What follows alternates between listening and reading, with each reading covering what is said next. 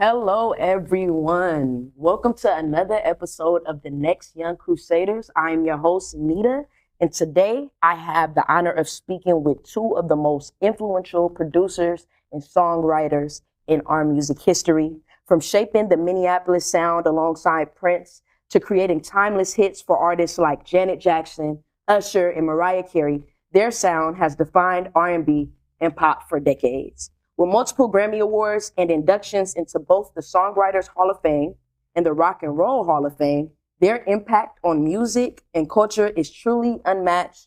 Jimmy Jam and Terry Lewis, thank you both for being here. And the Next Young Crusaders and Brotherhood Crusade are happy to have you. Everybody, give it up for our legendary guest today. Like I said, thank you guys so much for being here. I'm so excited for our conversation. First of all, how you guys?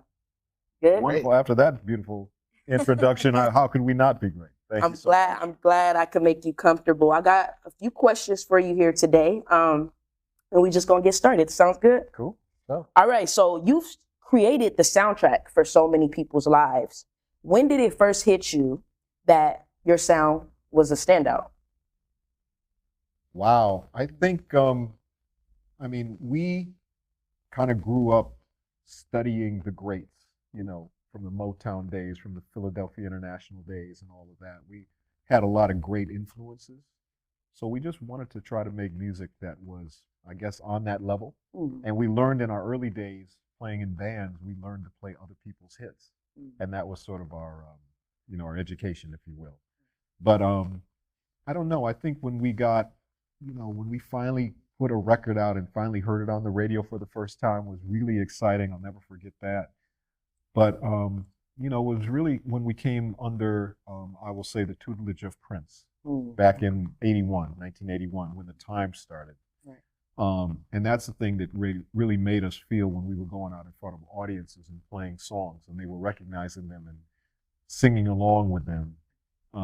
That was the first time it really felt like, wow, this is really something. We really could, be doing something. And that was just the launching pad for it. But that was what a great place to launch from. And also Minneapolis being a great city to launch from also.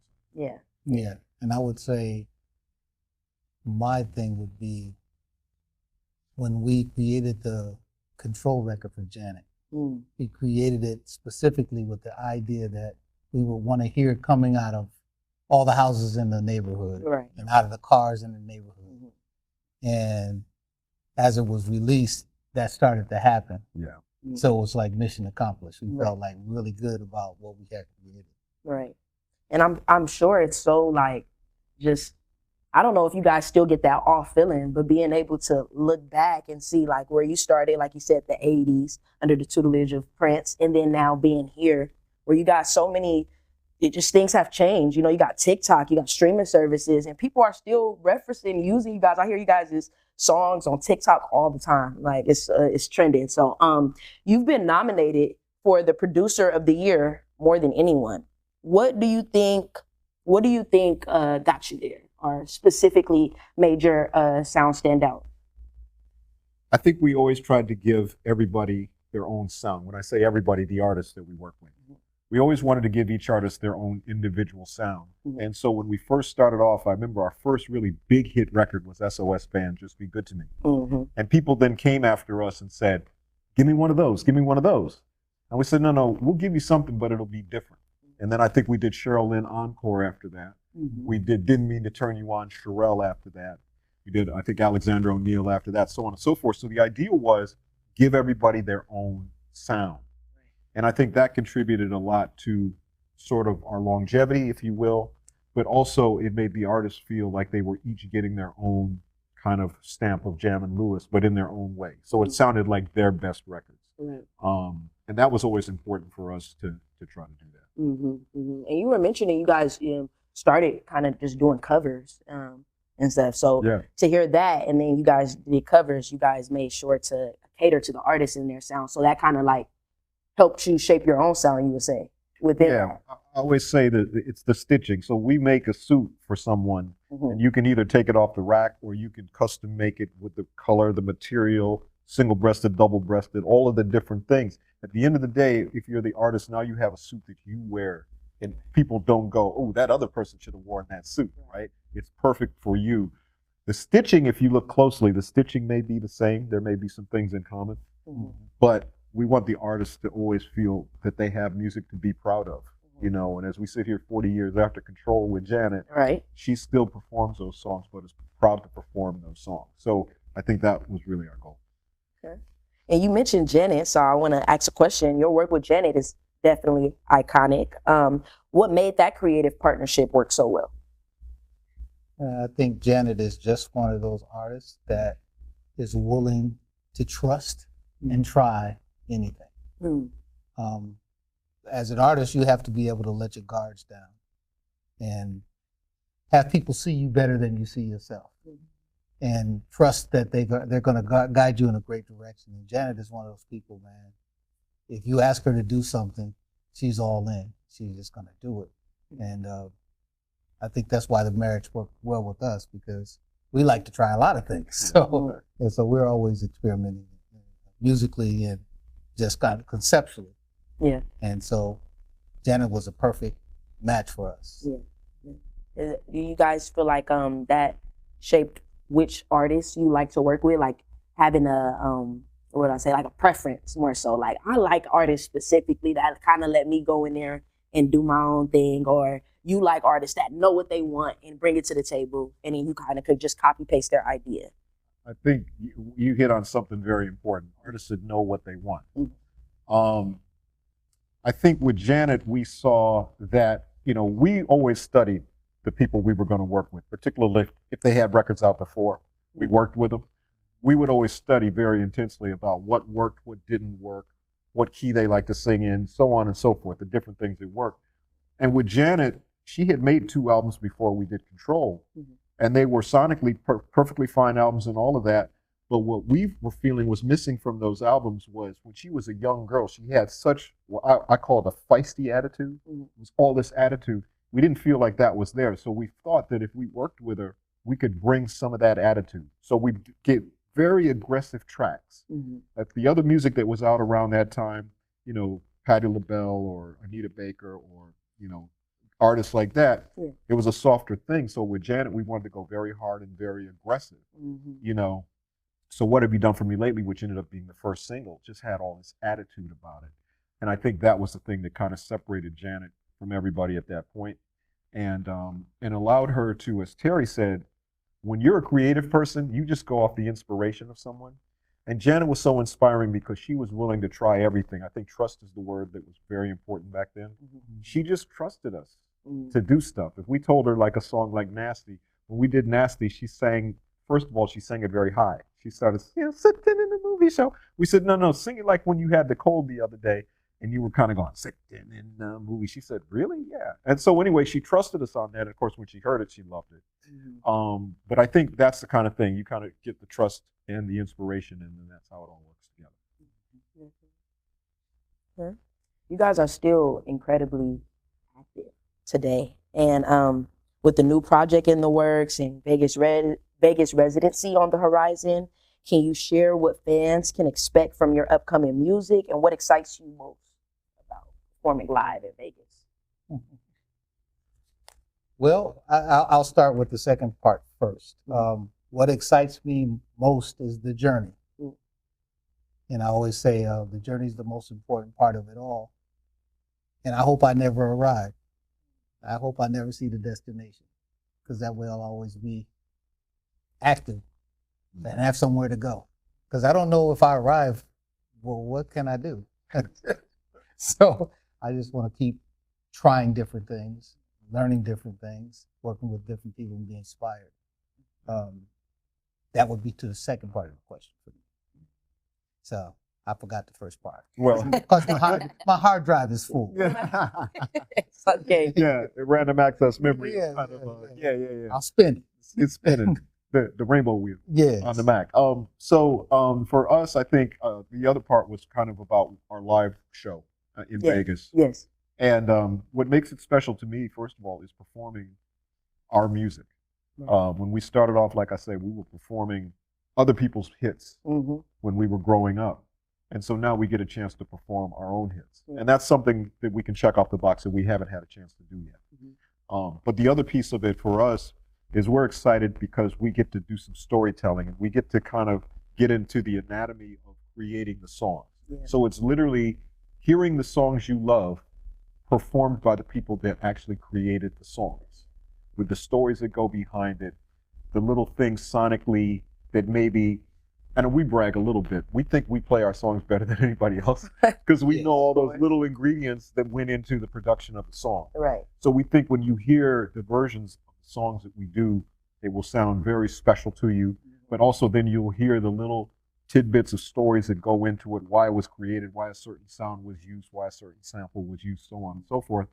And you will walk out, hopefully at the end of the night, feeling very happy, very exhilarated, but also very informed. And the next time you hear that song, you will listen to it and you'll go, oh yeah, they did that. That's the one they did that one drum machine on. Because that's, so I think that's the thing we want to try to bring together. And it's unique because there's never really been producers doing a show like this. So we have a really unique opportunity to do this and storytell. And I think we're very excited about it. Yeah. I think that's exciting coming from a consumer because you rarely get to peer inside and see, the how it was made and what the little stories behind it are, the inside jokes that it might be. So I think that's going to be very exciting for your fans and everything. And that sounds exciting. I hope to be able to catch it on YouTube or something. Come down to Vegas, huh? Yeah. Absolutely. It's a great excuse to come to Vegas. Right. I think it also gives people more respect for the creation of music. Like, definitely. Music is treated like air and water. We don't appreciate them until we don't have them. And we have to also understand that, like air and water are not here, that the relationship with those should be sacred. Right. Like nobody cares about air till they can't breathe. Nobody cares about water till they can't drink and bathe. Well, what is our relationship with music? Now it's just something you vacuum to. If you like this, you also like that. And people don't make a commitment to learn about the music or the development of the music. They don't respect that process. And we have to respect that process. People that make music, they're engaging in a divine art. And we have to respect that. Definitely. And we see how it's changed because everybody's attention span. Well, we went from making 6-minute songs to now you can't hear a song over 2 minutes and 30 seconds. So I definitely think that's beautiful, bringing the story, bringing the intricacy and all that. You've stayed relevant through vinyl, cassettes, CDs, and now streaming. What has helped you maintain longevity in the industry that changes so quickly? And how do you approach working on new projects in today's music landscape? I think we've had what I would call planned longevity. We always made decisions based not only in what was going to happen today, but also how it was going to affect us, 10 years down the line or whatever. It started off when we did this. We shook hands like that and we said 50-50. So the first thing that did was set us up to succeed because we were never going to have an argument about, well, that was my lyric, well, that was my melody, well, that was my music, well, that was, and how much percentage should that be? So that allows us to both be in a creative space. There's songs that, I swear to God, I've never heard them until they're out on the radio that Terry did totally by himself, but it's still 50% mine, and vice versa. So what it does is it makes us, we can be individually together, if that makes sense. We can both do exactly what we love to do and do it the best we can possibly do it. So I think we set ourselves up that way. But then also, when Control came out, I remember one of the first people that interviewed us said, you guys are the hottest producers. How does it feel to be the hottest producers? And we said, we don't really want to be the hottest producers. We just want to be warm for a long time. So I feel we're still warm for a long time, but we wake up every day, God willing, with an idea in our head. Could be for a song, could be for an artist that we're working with, could be for an idea for a live thing or for a documentary thing or whatever. But the creativity is still there. And now we have the experience to be able to put all of those lessons to work moving forward. So we're inspired every day. Plus I get to work every day with my best friend for over 50 years. I mean, it doesn't get any better than that. Yes, sir. And they say where two or more are gathered, the Bible says, where two or more are gathered, you know. So I love that. You need a team. I think, you know, you can't get to success without your team, without your village, without, you know, your people, and being able to do it with your best friend. I mean, that's just an exciting reason to clock in, a more exciting reason to clock in, you know. So The complication of collaboration is ultra important in expanding an idea. Like I could make this water by myself, but if everybody touches this water, it's going to have a different taste, a different feel, a different process. And it expands whatever you make. I mean, this was our band. Yes. Yes. Yeah. Yeah. We played together, and when that secret sauce, that gumbo was like special Right. with this group of people. And if anything changes in that group of people, the sauce changes. So, man, I tell people, especially young people, don't try to do everything by yourself, man. Bring other people in, bring other ideas in. Don't be afraid to not be right. Be wrong sometimes. You only get good when you get booed, when you get challenged. So, hey, be a part of the process. Let people in. Expand yourself. definitely, expansion is important. I got a style question. So we see the all black look. What inspired that style? Style. Style is where fashion meets personality. And this is definitely my personality. It's the all black clean look. Huh? I can show you a picture of me at like 10, 12. I had on a trench coat and a hat and just like that. You know, and then you go through different periods of life where you do different things.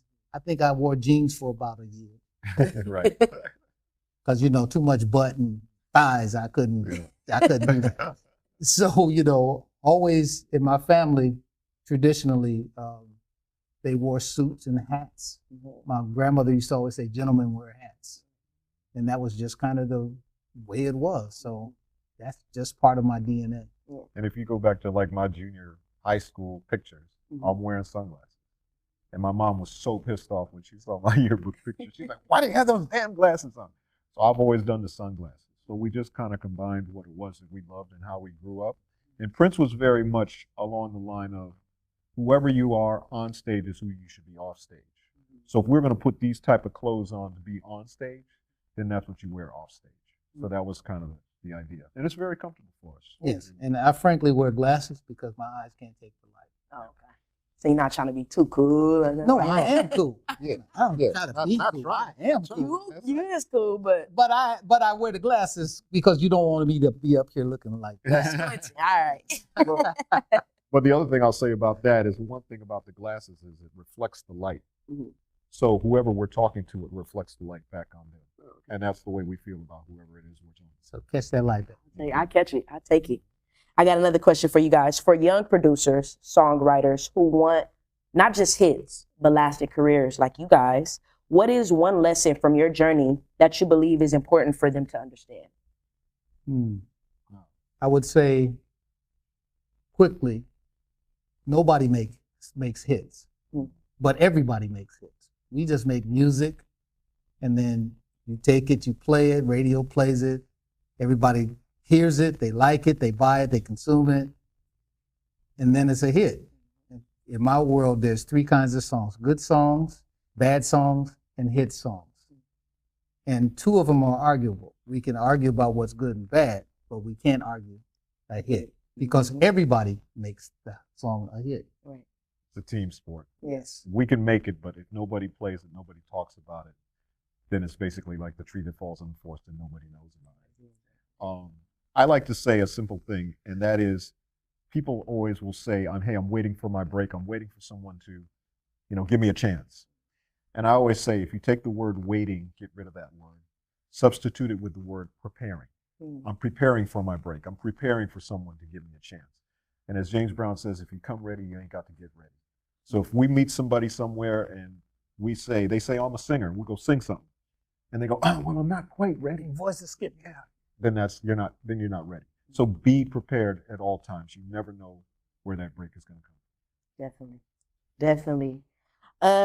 It's truly been a privilege speaking with you guys. You guys dropped so many gems.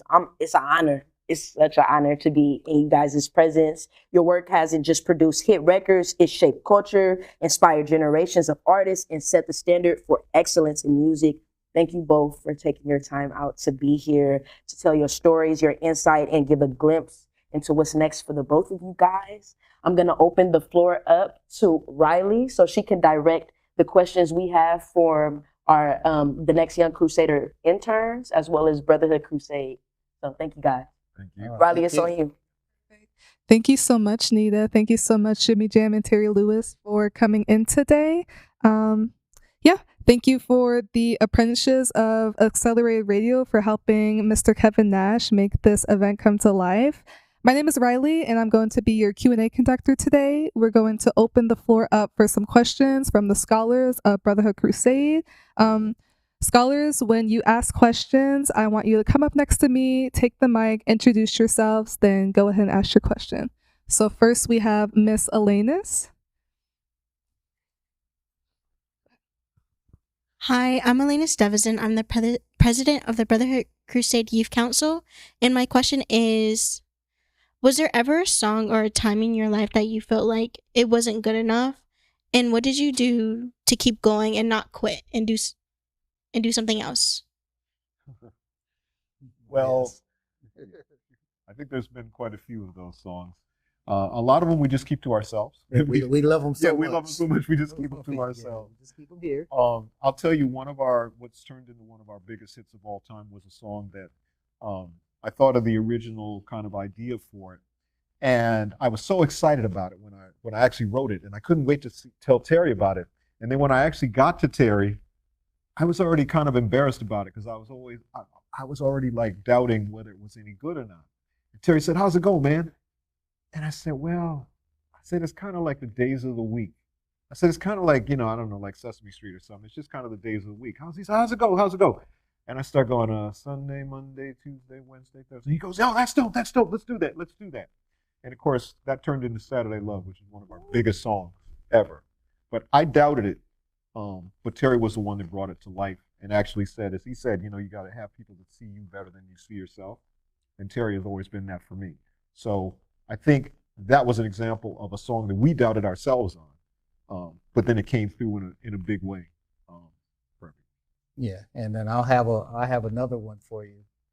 I went through a period of time where I was very uninspired just because I thought people were just kind of phoning things in and not really wanting to work at it. So I went in and I sat on Jimmy's office floor and told him, "Yo, man, I think I want to quit. I don't think I want to do this anymore because there's a lot of things I want to do in my life. This is not the only thing I do, but it is what I do." So he's like, "Man, I don't know, man.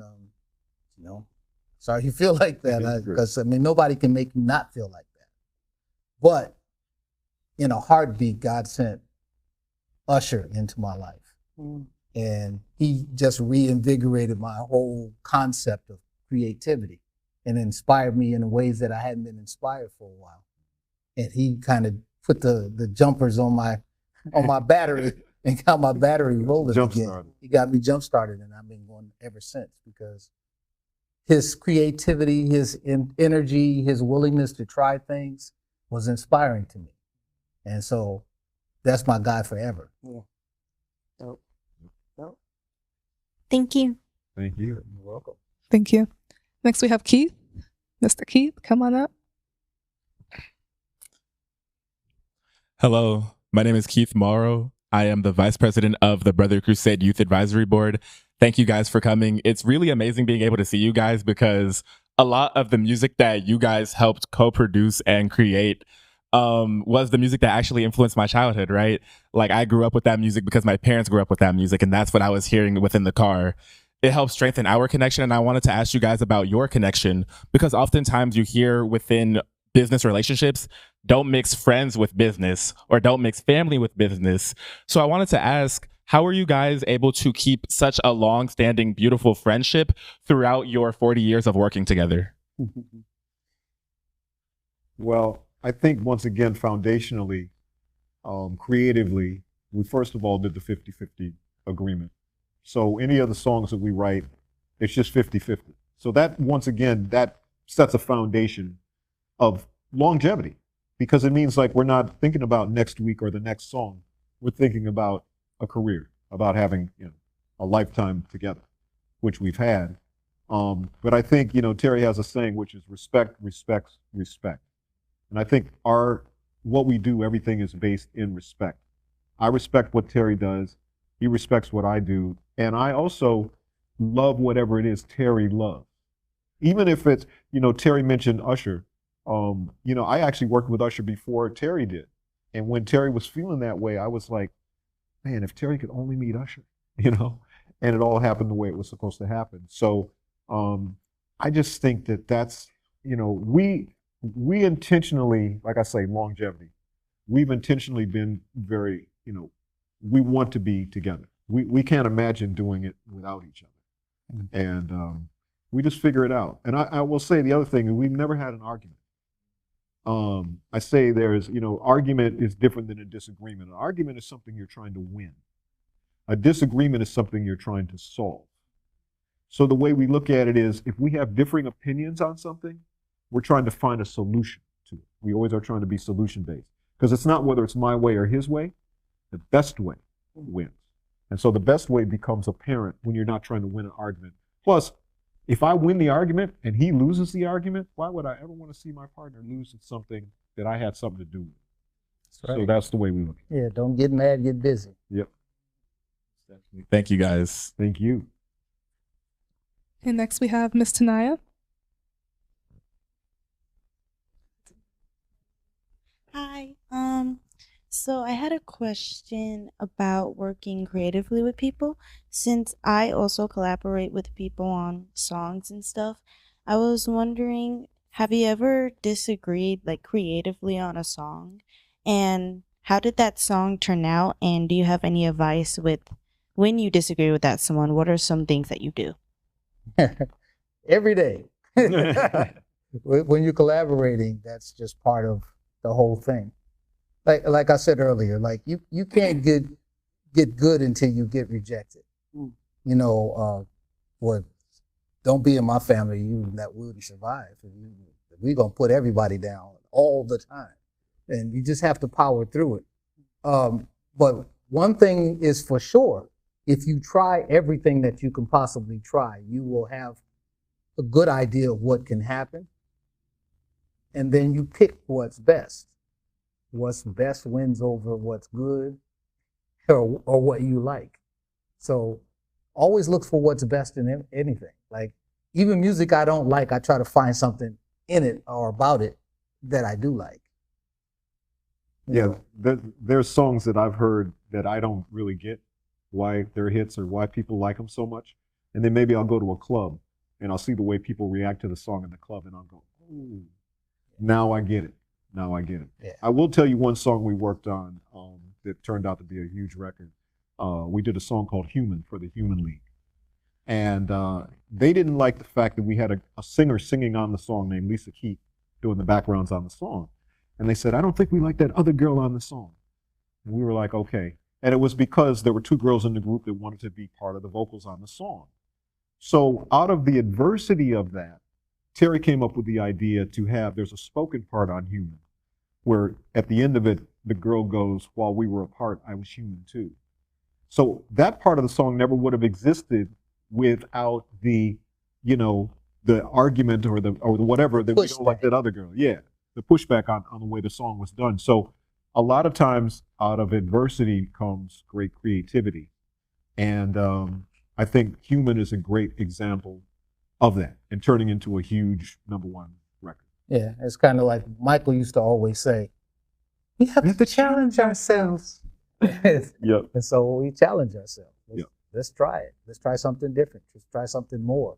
Let's try to be better. Yep.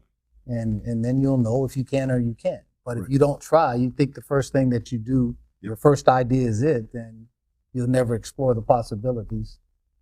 So the probability never gets to be born. Thank you. Thank you. Next we have Alan. Come on up, Alan. Hello, my name is Alan Vasquez and I'm from City Honors. And I wanted to ask you, if you had to choose one song that you've produced to represent your entire career, what would it be? Thank you. That's one of my favorite questions because it's one of the ones that I think we've been pretty consistent about over the years. So mine would be, and I always say, favorite is always a tough thing, but proud of is definitely a good way to put it. I always say if a time capsule, was there with it said Jam and Lewis on it, and an alien came down 100 years from now and opened it up, what would be the song I would want to play? And it would be Optimistic by the Sounds of Blackness. Because I think the song shows our rhythmic sense, our chordal sense, our lyrical sense, kind of all in one song. It kind of tells you everything you would want to know about us, even if you didn't know us. I think Optimistic would be that song. And mine would be Open My Heart by Yolanda Adams because of its spiritual nature and what it did to people. There's a reaction that song brings to people. I got calls when that song came out and people said they pulled over on the side of the road and just cried and, try to make peace with their maker. And that's what these things are supposed to do to you. These songs are supposed to guide you in a better direction, make you take better steps to be a better person. So that would be mine. So, Well, thank you. Thank you. thank you. Okay, lastly, we have Miss Jalen. Coming up, Jalen. Hello, my name is Jalen Smith and I attend City Honors. And my question is, what is one song that you guys produced that still surprises you when you hear it in public today? That's the what? This surprises you. Surprises. Ah, okay. I say all of them. Yeah. I love hearing them all, Yeah. especially at the grocery store. Yeah, That's well- my favorite thing. Well, I'm just surprised. One of the biggest surprises to me is after, we've been doing this 50 years. Yeah. After 50 years, there's still another idea. Yeah.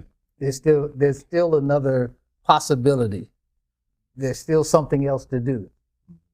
That is amazing to me. God is so good. Yeah.